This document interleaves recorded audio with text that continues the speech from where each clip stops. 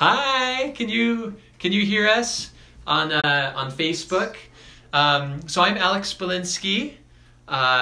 If you can comment, let us know if we're live. That would be wonderful. Let's see. So today we're going to do a question and answer about Prepare to Serve, and we'd love to field any questions you might have. So why don't we do introduction? Looks like we're live. Woo woo! Any questions or any viewers? Can we see? Oh, there's one viewer! Oh, this is so exciting. Should we turn the YouTube on? Why don't we start by introducing ourselves? So, thank you. Oh, 2 viewers. This is exciting. So, one. Great. I'm Alex Belinsky. I'm the founder of Prepare to Serve. So, about 5 years ago, I started Prepare to Serve as a resource to help future missionaries prepare for their missions. It's something my wife and I felt inspired to create, and it hopefully has been a help. Our videos have received a little more than 30 million views on YouTube. We've interviewed about 920 returned missionaries, and this semester we are interviewing we're adding about 70 video interviews to our database. So we'd love to field comments. While we're waiting for comments to come in, let's go around and introduce the team. So Chris, you want to introduce yourself? Of course. My name is Chris Ruddy. I'm one of the interns working at Prepare to Serve. And just a little bit about me, I'm from San Diego, California, and I serve my mission in Mexico, in Chihuahua, Mexico.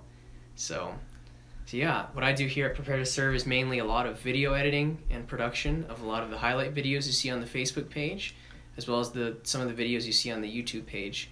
And also, I've been working a lot on our parody videos that we've been starting. So I guess we'll get to that a little bit later, right? You want to mention it? Sure.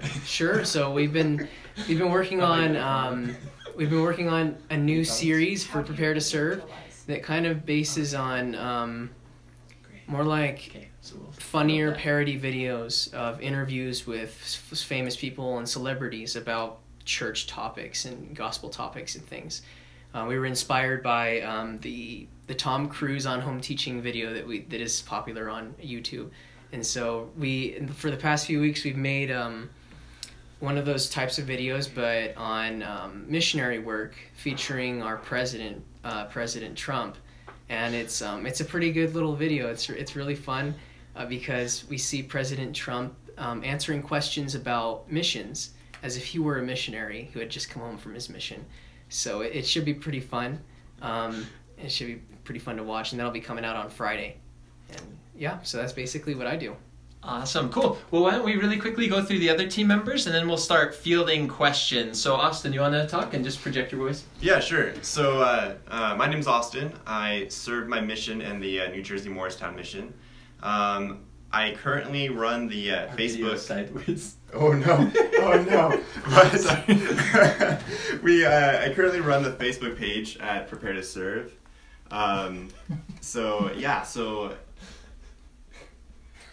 it looks like, sorry for those who are on YouTube. For some reason, our having technical video issues is in portrait. We apologize. This is like our first time ever going live, so sorry for any of the weird It should be. technical difficulties we may be having. Like how?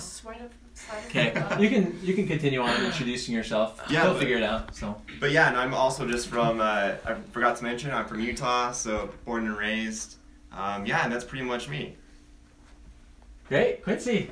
Great. My name's Quincy. I'm also from the San Diego area and served in New Jersey Morristown Mission, Spanish speaking. And I'm mostly in charge of contacting potential interviewees, former missionaries, and scheduling the interviews. So if anyone's interested in coming in to do an interview, let us know. Hey, it's working now. Good job, Chris. Okay. All right, Lindsay. Want to say hello? Hello, everybody. I'll look back and forth between these two. I'm on Instagram, and then hello, Facebook people. I'm Lindsay Hart. I'm from Colorado, so shout out to any of you who are from that state, because it's the best. Second best state is Louisiana, which is where I served my mission. I served Spanish speaking, and I got back in December. I'm also an intern for Prepare to Serve, and you guys all see me post on Instagram every day, which has been super fun. And I'm just in marketing at BYU, having a good time. And yeah, we're just here to answer any of your questions, so feel free to comment on the Facebook. We're also live on Instagram or on YouTube. Feel free to just give us any questions, any comments about Prepare to Serve, any questions just about our missions in general, or serving a mission. And we'll be here as long as people are asking us questions. Okay, let's start fielding questions. So, got a question here. Loie Summers, any chance there are going to be more videos about Belgium? So we can totally do more videos about Belgium. I think we've done about 4 or so interviews about Belgium, and we can do more. If you'd really, like say if you have a mission call and you would just love to see an interview about your mission, and say we don't have a lot of interviews about your mission, you can feel free to message us on Facebook or on our website or whatever, and just let us know, because it wouldn't be that hard for us to add another interview about your mission if you'd appreciate that. Let's see, what other questions do we have? Please post questions. We'd love to. Why are my brother just posted, Adam Belinsky, why are you so awesome? I will refer to my wife for that one. My wife is why I'm so awesome, because she's awesome. Let's see, what else do we have here? How do you evangelize? From Niharika Serafia on YouTube. So we typically will go door to door and just preach the gospel to people.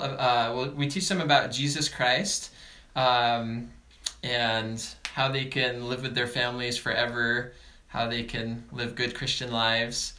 We also do lots of service in the community, teach English lessons. There's all sorts of things that missionaries do in different parts of the world. Please keep the questions coming. We need more questions. Else we might just have to have Chris over here sing a solo. I hope not. For all your sake. We just got a couple people saying hi to us. Eli A. for 38065 says, hey, everybody. And Gman808 says, aloha, return missionaries. So, Hello. hello to all of you. Yes. And from Gman808, he asked, where did we serve? I will turn the camera around so you can see me. Hello. I served in Baton Rouge, Louisiana. And then, you guys want to say where you served? New Jersey. New Jersey. Argentina. Mexico. Yeah. So, a lot of Spanish speaking and a lot of New Jersey. Good stuff. Thanks for the questions, people. Keep them coming. And thanks for saying hi. We like when you just say hi, too, because we like to know you're there. Yeah. Why don't we do a quick poll? So, let's go around and each share a crazy mission story, if we can think of it on the fly, really shortly. So, one of my crazy mission stories was I was running door to door, trying to see how many lessons I could fit into a day.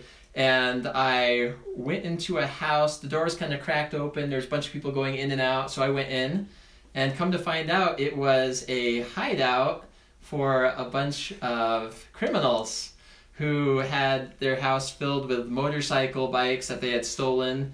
And then we were talking with them, and we asked them what they do, and they said they like to kill Mormon missionaries, and they were kind of pulling our legs and saying crazy things. Anyway, my companion was, we were on exchanges. He was preaching repentance to them, and I was just listening to the Spirit, waiting for it to tell me to run, to get out of there.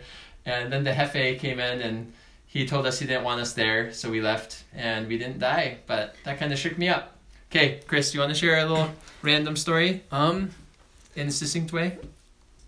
Give me a few more minutes. I gotta think of one. It's hard to think of one on the top of my Yeah, I'm head. still thinking. So, do you have one? Quincy. Good one? It's more fresh. You can start off. I can't think of any good. Crazy? Like a crazy one. What? Let's see. Where in Argentina did you serve? Oh, so let's see. Clara on YouTube asks, also, where in Argentina did you serve? So I served in Neuquén, Argentina. That's in the southern part in the Patagonia. And I got back about 7 years ago, and now I'm married and have 3 little kiddos, and it's wonderful. And my wife served in the Philippines. So, how is our experience in the mission field? How is our experience in the mission field? Awesome. It was awesome. Awesome. It was amazing. Very good. Yeah. Yep. Mission was great. Hard, but wonderful. Let's see. We'd love to hear any ideas that you have of things that we should do. Let's see. It says 9 comments. Yeah, I see they're 9 just all comments. like here. Oh, okay. Yeah, so what would you like to see from Prepare to Serve? We'd love to know what kind of content you'd like to see. We have a website called preparetoserve.com and then the YouTube channel, Prepare to Serve. The YouTube channel has 900 some odd video interviews with return missionaries sharing their mission experiences. Right now, this semester, we're going through and making sure that we have one video interview with a return missionary from every mission, from each of the 400 to 450 missions. So that's what we're focusing on this semester. We have not yet figured out what we're going to focus on next semester. There's several things we could do. We could go through each mission, make sure there's at least one elder and one sister talking about their mission. We could interview returned mission presidents. We could do more fun compilation videos or kind of parody videos. And yeah, if you're watching this video, Wayne Harding, great idea. Feel free to share this live feed with your friends. We'd love to answer any questions they have about missionary work or about Prepare to Serve. So let's see. Also, it looks like we have a Do question. you have a question there? Yeah. Okay, What kind of fun things did you do on P-Day? okay, go for it. So I think some of the funnest things that I got to do, one of my areas was in Hoboken, New Jersey, and Hoboken is home of Carlo's Bakery from Carlo, the cake boss. Cake. And so we got to go there, and I got to meet one of the brothers of him and take a picture with him. That was super cool. We also got to go a little further south in New Jersey to the beach in Perth Amboy and just play beach volleyball. It was super fun. Great. Anyone else have some preparation? Yeah, I pretty much on P-Day for fun. We the same in New Jersey. I spent most of both summers in New Jersey on the shore, so we would go and play volleyball on the beach, do things like that. We would also play a lot of sports, basketball, you name it. That's mostly what P-Day was. So just sports and just kind of chilling and relaxing for the day. Great. Oh, we have a couple comments here. Paul, good to see you, Paul. Hope you're doing well in Wisconsin. Add recipes so missionaries can try some of the foods with their families before they go. That is a good idea. We could totally do that. Text recipes and video recipes. Would you be interested in more video recipes or text recipes? What are your thoughts? Anyone comment? We have a couple. Someone said, yo serví como misionera en Bolivia. Could be either comment. Hola. Hola. There you go. Nosotros hablan español también, entonces. Hola. And someone asked, was serving a mission a good and very spiritual experience for you? Does anyone, Chris, care to talk about that one? Sure, it was. So good, and so that's a good. That's my question. The yes or no question. Was it a spiritual? Yes, it was. This is how it was, because every day, we are all, as missionaries, we do the things that help us to be most spiritual in our lives. So, when you read the scriptures every day and you pray all the time and you do good things, like you live the gospel, then you have the Spirit with you a lot more in your life, and it's just becomes more spiritual. Amen. All right. Wayne Harding's got a couple good comments. He talked about doing a cook-off or a bake-off live. That would be fun. That'd be way fun. Yeah, we could provide the ingredients to the returned missionaries, and then they could just cook somewhere. Their studio might be hard, but we could find a place. Fun skits. Another comment from Wayne Harding. We could do fun skits that over-dramatize different aspects of getting ready to serve, like opening the call, etc. That'd be fun. That'd be really I think fun that'd be to do. enjoyable. Yeah, that'd be cool. I always thought it'd be fun to do a video where you have a Preach My Gospel missionary who has superpowers, where he can levitate things and fly through the air, and special effects. I've seen some videos like that, and I thought it'd be fun to to have one about a Preach My Gospel missionary who has superpowers. Let's see. What are some other suggestions? So those are great suggestions that we have. Let's see. It's like Devin. Yeah. How can I... Okay, so Jackie Molina asks, how can I improve the wish that I have to serve in the mission? Well, some ways you can prepare to serve. I think most of us will probably agree here. Reading the Book of Mormon, I think, is pretty key. You know, if you have a testimony of the restoration and of the Book of Mormon, and you've read it cover to cover and knelt down and prayed about it, I think that's probably one of the best ways you can prepare. Also, reading Preach My Gospel, I think, is a great way to prepare. We can... Any other ideas? I guess going on exchanges with missionaries. Watching the Prepare to Serve videos. We have tons of them, not only about missions themselves, but in missions in general. Like tons of missionary preparation videos. So check out the channel. That'll help a lot. Anyone else have any ideas about preparing? I think for me, one of the reasons I knew I wanted to serve a mission is because I had a lot of experiences sharing the gospel with my friends and my family. I grew up in California where there wasn't a ton of members of the church, and so I was always inviting my friends to come to youth activities, to dances, to seminary, to mutual. And so through inviting my friends, I really knew that I had a desire to share the gospel, because I knew that what I had was something different that they didn't know about, and that it would bless their lives. And so just try to talk to people, whether it's random people or helping out your friends, even friends that don't go to church very often. Everyone can benefit by strengthening their testimony of the gospel. Awesome. Great. It says we've got a question here. What did you do to help transition into the mission and also the transition back home? I know a lot of people, they have a very stressful transition into the mission. Usually the first transfer or two are pretty stressful, just getting used to working all day, every day, not taking naps, etc. Let's see, transition back home. For me, it was actually, and I know for a lot of people it's a hard transition. For me, I think what made it easy was just I had lots of goals.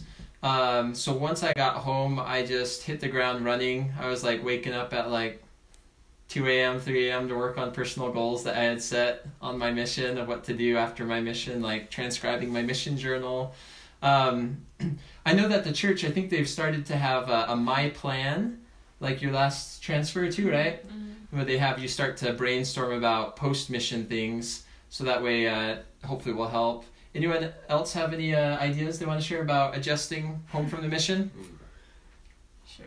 I mean, I just got home about 3 months ago from my mission in New Jersey, and I think for me, I just had to learn that it's good to keep a schedule. It's good to still do your studies every day and focus on really learning, but also it's okay to have a break and to have fun and to make friends. And so you really just need a balance in between everything you're doing. You can't just study the scriptures all day. You have to work, you have to go to school, you have to socialize. And so I think finding the balance is what is important about coming home and knowing how to socialize and be a normal human. Great. I think the biggest thing for me coming home that was hard was that your whole mission, you're focusing on other people, and so coming home, it's hard because it's like your school, your work, your goals. And so I think the biggest thing is to still serve people and look for ways to serve people. This is really weird. I have like 3 cameras on me. But yeah, just keep looking for ways to serve people at school, at work, your family, because that'll make the biggest difference coming home, is that you don't lose that like service mind. But also know that it's okay to focus on yourself a little bit.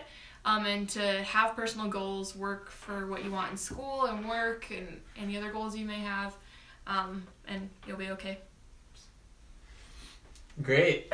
Those are some great comments we're getting. I like, I'm not sure if I'm pronouncing this right, but Lisa or Lisi says, do what to expect at the MTC Airport Day, etc. video. That's a great idea. Wayne Harding, he talks about emphasizing the spiritual exposure to pre-missionaries before they go on a mission. I think that is a great idea. His wife took each son individually to visit the Sacred Grove. That's awesome. I know I had a really sacred experience visiting the School of the Prophets, I think in Kirtland, Ohio. That was a really powerful spiritual experience for me that helped me prepare. It looks like we have a few comments, questions on YouTube. So Devin Ramsey says, what kept you from burning out? I think, I don't know about other people, but for me, it's just in life, you just sometimes burn out. It's not even just on the mission. Whenever you're trying to do something really hard, I think you just have to keep on going and just realize that it doesn't last forever. Just pray, take a nap. Prayer. I don't know if you so can important. take a nap on a mission, but I've got something to pray. say. Yeah, go for it, Chris. So, you feel like you're burning out on your mission, just focus on the basics, the very basic things you have to do in your schedule, because you're always going to have ups and downs. So when you feel really down, just think about, okay, all I have to do now is just go to bed. All I have to do is wake up now. And then now I have to just go to do this lesson and that. And that kind of mentality helps you get out of those kind of low spots and get into higher spots when you kind of like focus on the basics, you know, the basics. Great. Anyone else want to comment on that? Should we move on to another Let's question? move on. Let's see. Did you always know, especially for the girls, that you wanted to serve a mission? Okay, so Quincy and Lindsay, let's hear your answers. Who wants to go first? I can. Okay. So yes, I always wanted to serve a mission. Ever since I was probably like 3 and first sang the song, I Hope They Call Me on a Mission, like I was going on a mission.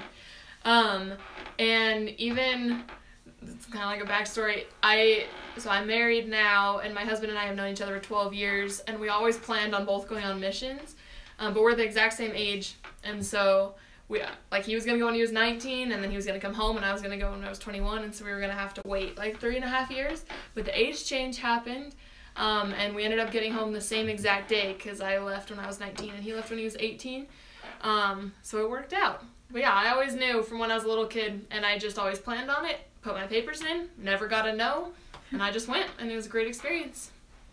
Okay, Quincy, you want to say something about that? Yeah, for me, so my mom was a convert to the church, and she served a mission. My dad also served a mission, so they definitely talked about it a lot in my family, but I never kind of wanted to commit to it when I was younger. But again, once the age change happened, I was maybe about 15 or 16, so I started thinking about it a lot more. And I knew that I really loved the church, and so I'd always had the thought in the back of my mind, but I didn't want to say yes or no until I was maybe 17 or 18 in my senior year of high school, and I knew that I really loved the church and I loved sharing it. I was sharing with all my friends, and so that's kind of when I decided that I wanted to go. I knew that I could be an example, and so that helped me to decide to go. Great. Let's see, we've got a couple other comments on YouTube. Let's see. What kind of things did people do if they didn't want to hear the gospel when missionaries would knock on their doors? I don't know. All sorts of things, from not answering to sending out their 4-year-old child to run and say, my parents told me to tell you that there's no one home, to slamming the doors. I know, I've heard some crazy experiences. Usually people are fairly respecting of missionaries, but every now and then you'll run into someone who's doing something crazy or who's kind of crazy. Let's see, there's another question here on YouTube. So Paul Halaholo is going on a mission to Papua New Guinea, Port Moresby. That is exciting. I don't know if you're still on the feed, Paul, but have you watched the video about Port Moresby mission? I think we just uploaded our first interview, and it was very interesting. You ask, how can I still remember my mission language when I won't be able to use it very much after my mission? I know some returned missionaries here in Provo, Utah, at least.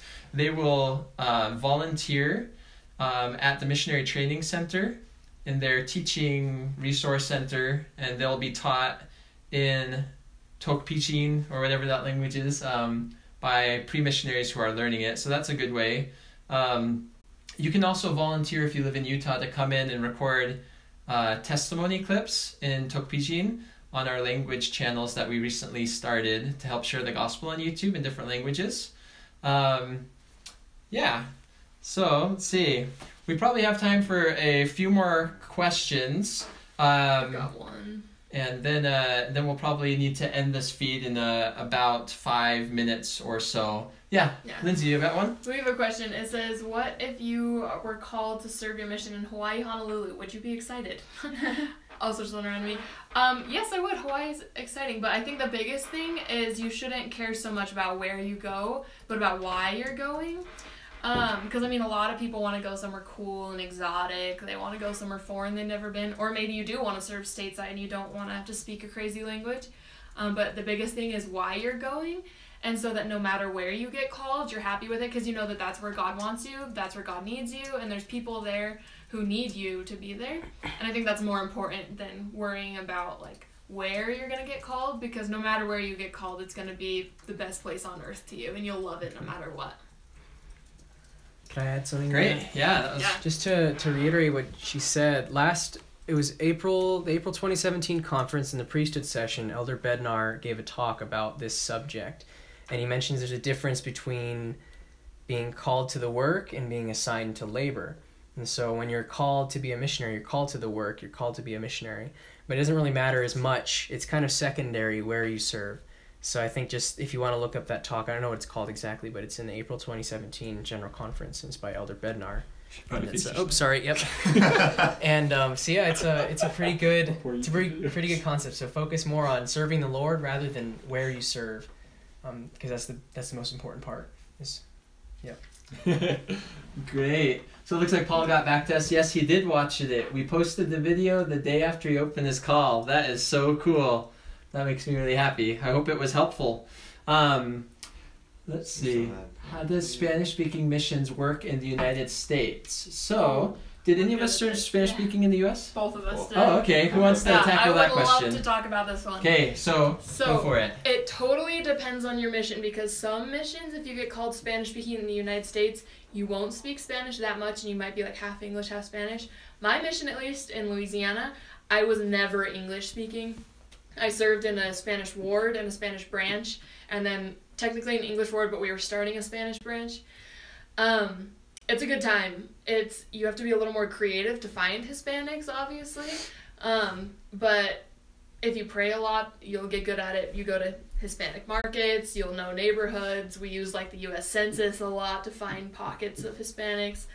But it's really fun, and you will literally get in every door you ever knock on with a Hispanic, because they'll be like, oh my gosh, there's these Americans on my front door speaking Spanish in the United States, and they'll just think that's the coolest thing they've ever seen, and they'll let you in just because you're speaking Spanish to them, and they're happy that you're like doing that even in your own country. So yeah, it's the best ever. It's like the best of both worlds. You get to have the safety of the United States, but with the experience of being foreign, basically. A lot of times on my mission, I did not feel like I was in the United States. And I even like forgot some English because I was speaking Spanish the entire time. So yeah, it's a good time. I love it.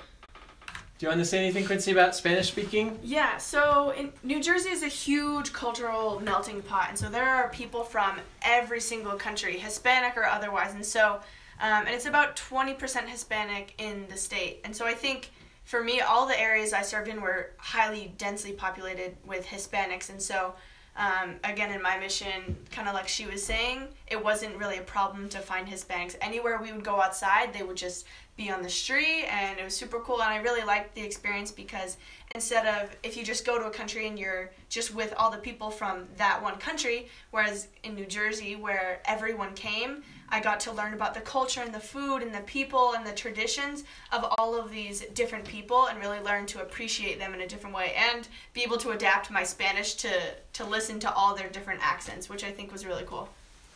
Great. Awesome. Got a couple other, there's a comment on Facebook and a comment on YouTube.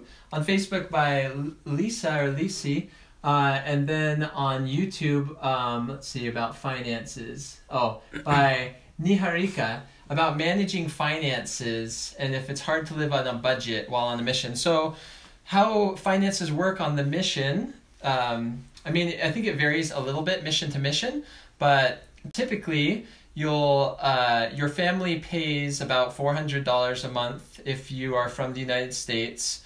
They'll pay that to a general missionary fund, and then the church will help cover a lot to you what you need to pay for rent, and then give you a small allotment each month to pay for food. And it's usually not very much, so missionaries who are not frugal will find they are eating just plain rice and noodles at the end of the month. I did that. I once had like no money left in the month and I just ate like rice and garbanzo beans and noodles.